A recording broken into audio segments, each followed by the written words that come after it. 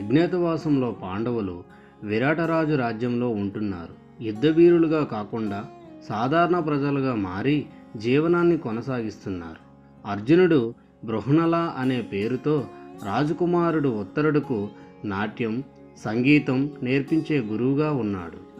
మరోసారి కౌరవులు పాండవులపై కుట్ర చేయడానికి ప్రణాళిక సిద్ధం చేస్తారు. ఫ్రెండ్స్, మీరు మొదటిసారి మా ఛానల్ని చూస్తున్నట్లయితే సబ్స్క్రైబ్ చేసుకోండి, లైక్ చేయండి, షేర్ చేయండి. ఈ వీడియోని పూర్తిగా చూడండి. మేము చేసే ప్రతి ఒక్క వీడియో మీకు మెసేజ్ రూపంలో సమాచారం అందుతుంది.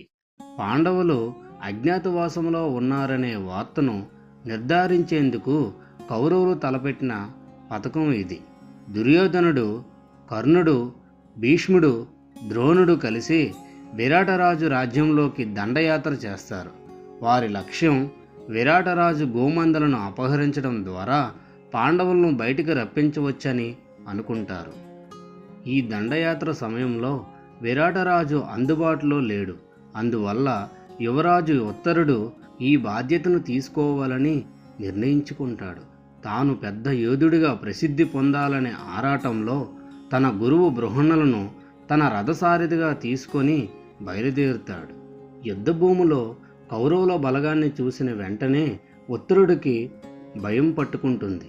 ధనుర్విద్యలో తాను అనుభవం లేనివాడినని గ్రహించి తాను వెనక్కి తగ్గే ప్రయత్నం చేస్తాడు. ఈ సమయంలో బృహణలుగా ఉన్న అర్జునుడు అతన్ని నిలిపి ధైర్యాన్ని నూరిపోస్తాడు.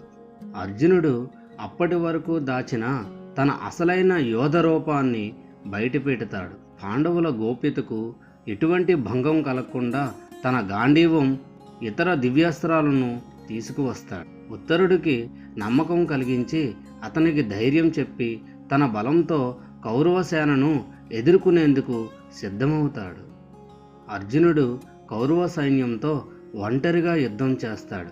అతని ధనుర్విద్య, దివ్యాస్త్రాలు కౌరవులను తలదించుకునేలా చేస్తాయి.